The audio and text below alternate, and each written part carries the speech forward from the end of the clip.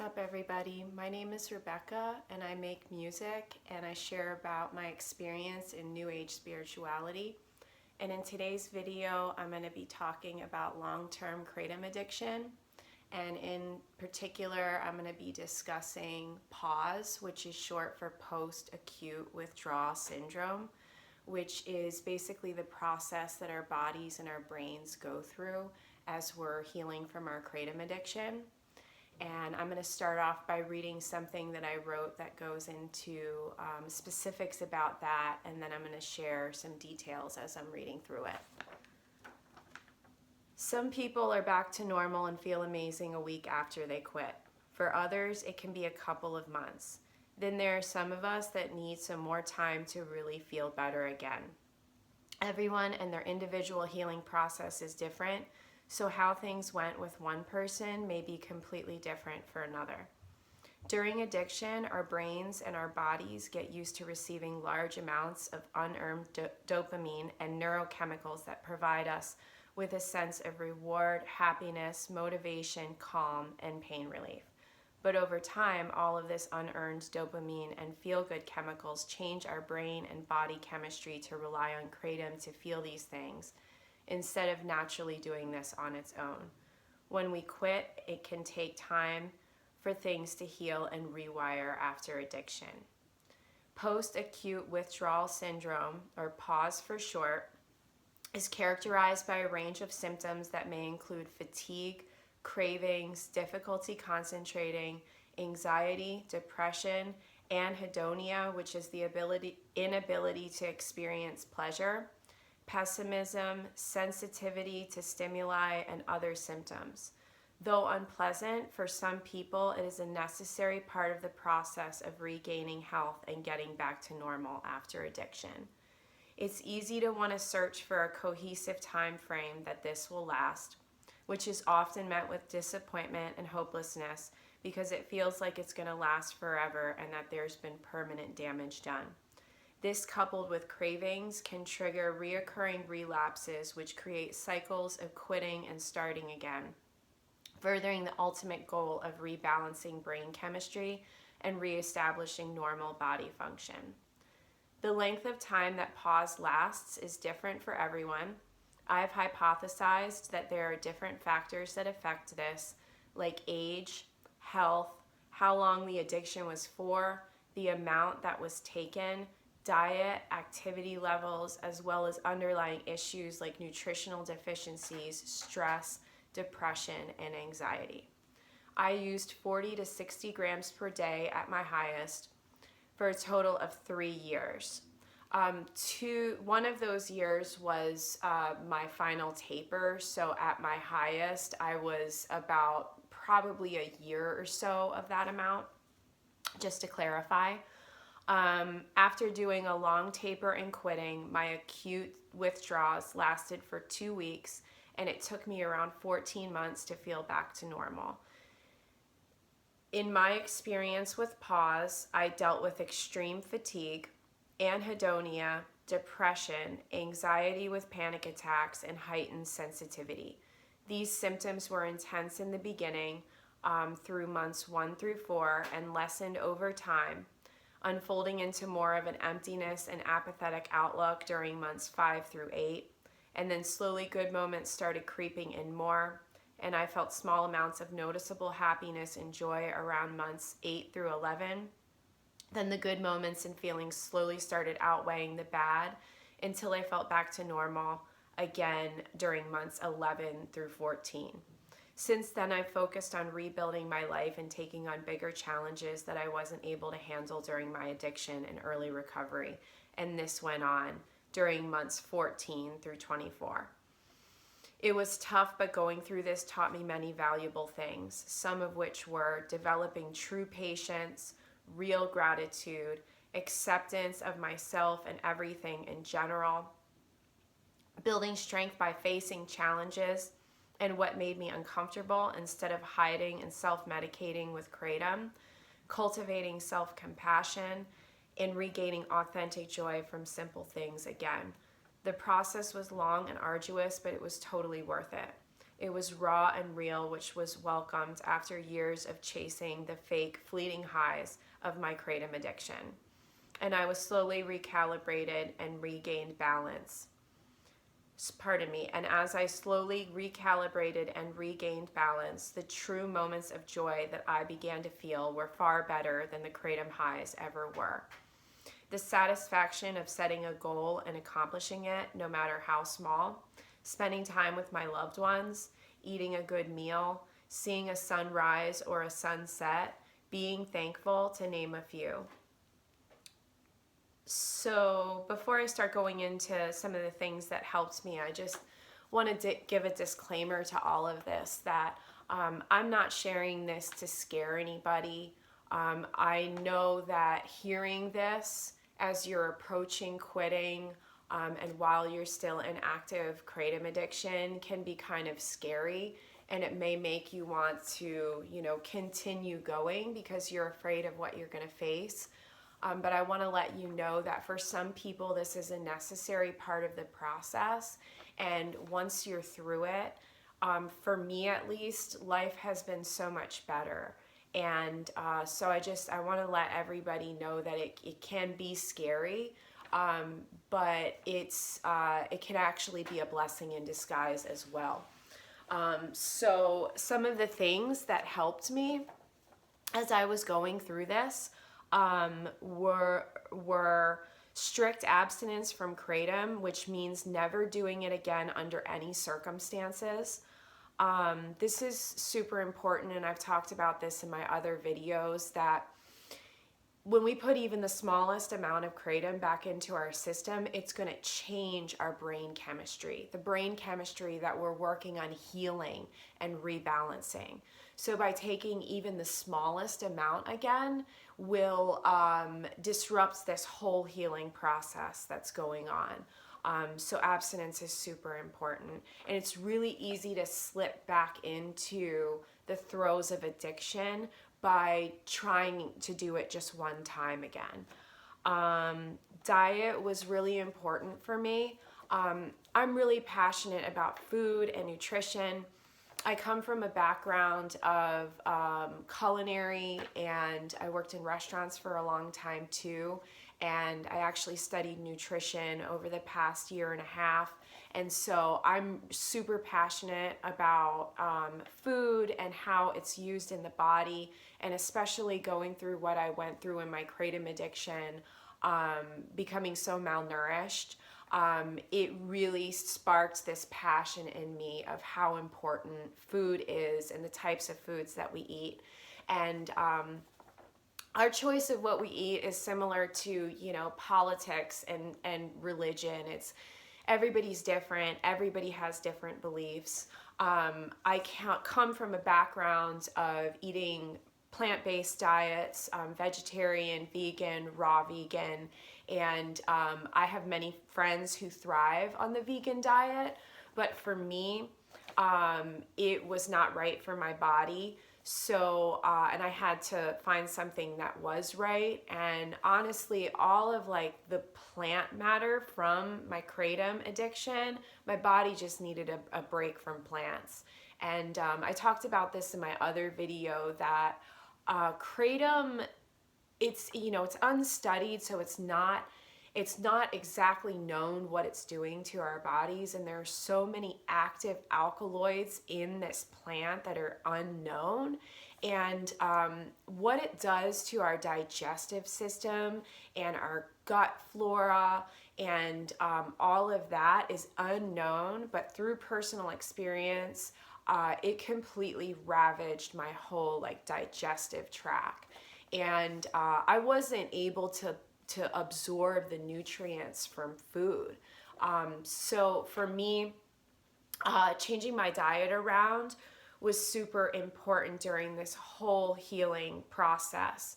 And what worked for me was eating a meat and seafood and basically animal foods based diet that was full of super bioavailable, which means that it's super absorbable nutrients. And I took digestive enzymes with every meal. that also helped me to digest food. I did the whole, I know that probiotics are super popular, and I tried that a lot, and they just did not work with my body. So for me, the digestive enzymes were really important, and eliminating for a while most of that fiber that is in vegetables. There's a substance called cellulose that's in a lot of vegetables too that my body just was not able to break down. So I did an animal foods based diet, a lot of bone broth, a lot of just easier to digest stuff. You know, people think that meat is you know, it rots in your gut or whatever, but there are many studies that have proved that that's not the case. So for me, meat was easier to digest, and it was what I needed to nourish my body. If you're on the plant-based thing and you're doing the vegan thing and that works for you, then that's awesome. And I just think that everybody is different. And so finding what diet works with your body, what foods work with your body, to nourish things back to health and balance is, I think, a really important part of long-term kratom recovery. So daily exercise was really important. I didn't feel like it. Obviously, you don't feel like it. But even in my acute withdrawals, I would go out and walk for, 20 minutes, sometimes longer. I would take really long walks during some parts of my acutes, and I still do to this day.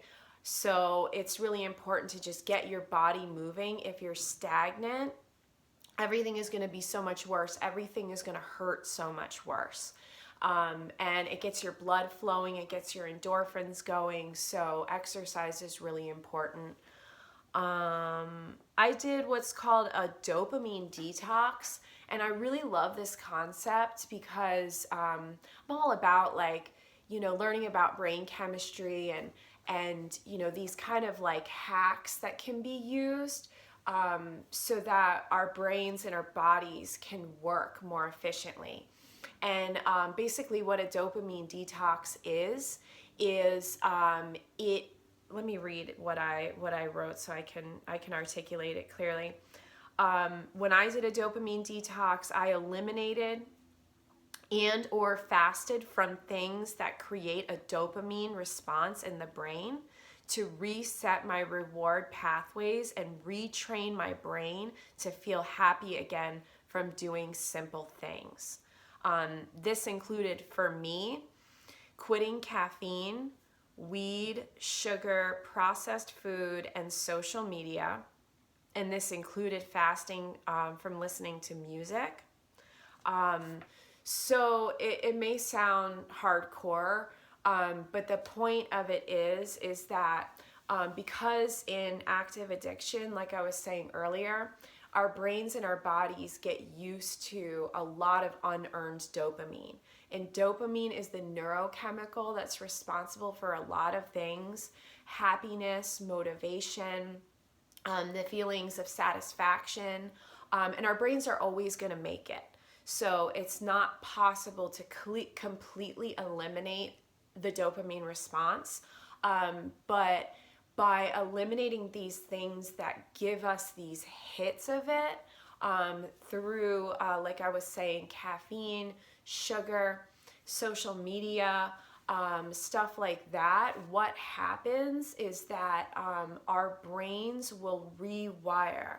And so that when we are through that process, little things give you a sense of happiness and provoke that dopamine response. And it's so cool, man, because being in the place of kratom addiction for all of those years, I just, was so used to, my brain and my body was so used to only being happy from that. So to be able to feel joy from simple pleasures again is just, it's so incredible. So I would highly recommend considering that. And there's a lot of information out there about what a dopamine detox is and how to do it. So that's also what helped me with PAWS. What helped me as well is keeping my expectations low. This is a time where you got to be easy on yourself, man, as much as possible. It's really easy to go down a shame spiral. It's really easy to be hard on yourself and think about, all the things that have been messed up by addiction, all the relationships. And it's really easy to feel really down. And it's also the brain chemistry aspect. We're going to be bummed for a little bit, sometimes a while after we quit. And so learning how to recognize those shame spirals, learning how to recognize, okay, I'm in that negative feedback loop again. I'm in that, negative self-talk echo chamber again. And recognizing it and saying, you know what? I am going to be easy on myself. I am going to cultivate self-compassion and learn how to forgive myself, which is the first part of forgiving others. So it's super important to be easy on yourself during this time. Practicing daily gratitude. I think I talked about this in one of my other videos. It seems kind of like cheesy and like hippie and that kind of thing, like, grateful and, all that kind of thing. And like, I see it a lot in mainstream culture. Like, I'm grateful for, it's like on a shirt or a pillow or something. And, but it really is important, when we're focusing on the things that we don't have, when we're focusing on the things that we've lost, when we're focusing on the things that we have to be sad about, it really takes away from remembering what we have and what we have to be thankful for. And for a lot of us, it's not much. It may just be, I'm thankful that I'm alive. I'm thankful that I'm breathing. I'm thankful for my dog. I'm thankful for the place that I have to sleep. I'm thankful for the sunset. The sunrise was a really big thing for me, and part of the reason why my channel is named Grace at Sunrise. Because when I started to actually see the colors of the sunrises and the sunsets, it became a source of gratitude for me. So it may be hard at first, but it's really important, I think, to be able to remember these things. So setting small goals and accomplishing them. Dude, at first, it was literally like doing the dishes. It was getting dressed. It was taking a shower. It was eating a meal. Those were my small goals. And keeping them very small at first is really important. As things went on, like I said, this past year especially, it's been such a blessing to be able to take on these big goals and notch away at them and work for them and accomplish them. And I'm super, super thankful for that. And that will come in the first year, especially first even 2 years. It's good to just keep it really small, keep the goals really small, and set them every day, even if it's something as small as like, getting out of bed. So that's really important, I think, too. Stepping outside of my comfort zone by doing things that made me feel uncomfortable. This was huge because in kratom addiction, I really isolated myself and I became overly sensitive to stimuli, meaning noise, sound, interactions with people, anything. And I'm in a major city, so like going outside of my home, and I'm right on Lake Michigan, and so I have this peace and calm at home, But when I go a block, yeah, I'm a block east of a main busy road, the sounds of the cars, doing anything, going to the grocery store was overwhelming. So my world became smaller and smaller during my kratom addiction. I could not stand interacting with anyone. And so when I started to get into the long-term recovery, I was gentle on myself at first, like I said, but during, like, especially the last year, because I'm going on 3 years in February, I really pushed myself outside of my comfort zone by talking to my neighbors, smiling at people as I crossed them on the street, interacting with people, going to the grocery store, interacting, not doing the self-checkout. I had put off so many things that I just couldn't deal with during my addiction, and so like really pushing myself out of my comfort zone. And what's interesting about that is it may be a little like sketchy as you're going into it, but man, when you finish doing something like that, it is like the best feeling in the entire world. So I've learned that that's something that like I now welcome, is that feeling of like, ooh, I'm feeling a little sketched out about, doing this or this or this. And now I push myself into it. And 9 times out of 10, it goes better than I could have ever imagined. And then now I'm not worried about it anymore. So that's something that as you go into the later stages of recovery, it's really cool. And I think that it goes along hand in hand with setting goals, because you may not be able to do something right now, but it's something that you can keep in the back of your mind and know that like down the line, I want to be able to do that. And when you can notch off those goals on, your little personal list, it's so sweet. So learning about addiction. This was super cool, man. I love figuring out how things work, and so for me, learning about brain chemistry, learning about neurochemicals, learning about the science of addiction was super awesome. And I read an interesting book called Dopamine Nation by Anna Lemke, I think is how you say her name.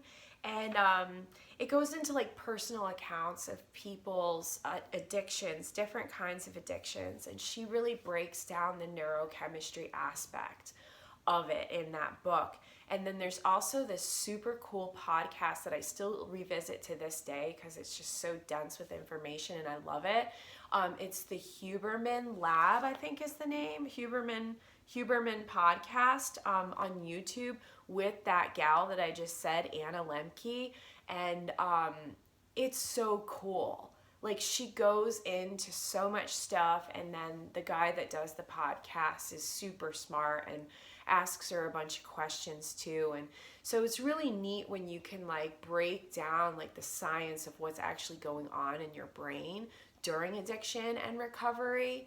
And I think that it can be really valuable during the process as you're going through it personally, to see that like, okay, this is what's going on in my brain. This is why I feel this way. So for me, when I did that, I was less overwhelmed by like, okay, not feeling great, this sucks, whatever. And like when I could rationalize that, like, okay, my dopamine my dopamine receptors are burnt out from my years of kratom use. And okay, it's, this is taking a while for me to feel better, but I understand that if I stick with this, that it will, because my brain is rewiring right now. So I highly recommend that. So that was everything that I basically wanted to share about long-term kratom recovery so far in my almost 3 years of being in it. And I just want to encourage you too, because it does get better. it 100% does get better, and I'm proof of that. I had an extreme kratom addiction in the sense of not, I mean, I've heard of people taking 100 grams a day, or, you know, taking those, what do you call them, extract shots and stuff. And I wasn't to that level, but I was extreme in my addiction in the sense of that, like, it was really hard on my body. And I was basically worn away, body, mind, soul, and spirit by the end of it. And I can now say, after my almost 3 years, that everything has improved. And who I am now, I couldn't have imagined this 3 years ago before I quit. And so I want to encourage you, and I want to let you know that this video isn't to scare anybody. This video isn't, you know, to make anybody think that, like, oh my gosh, I have 2 years of pain and misery to endure after I quit. That's not what it's about. It's about being completely transparent about this process that I personally went through. May not be the same for you, but to also encourage you and let you know that here I am on the other side of it. And it's been amazing and well worth it. I have learned so much. I am stronger. I am wiser. I am more resilient. I love this Robert Frost quote that says, the best way out is through. And that is totally the case with kratom addiction, that there's no easy way around it. You have to go through it, and it will make you a better person in the end. So with that, I thank you for watching, and I hope that you have a great day. My comment section is always open. If you need any sort of support, encouragement, if you have any questions, that sort of thing. And thank you for watching. Have a great day.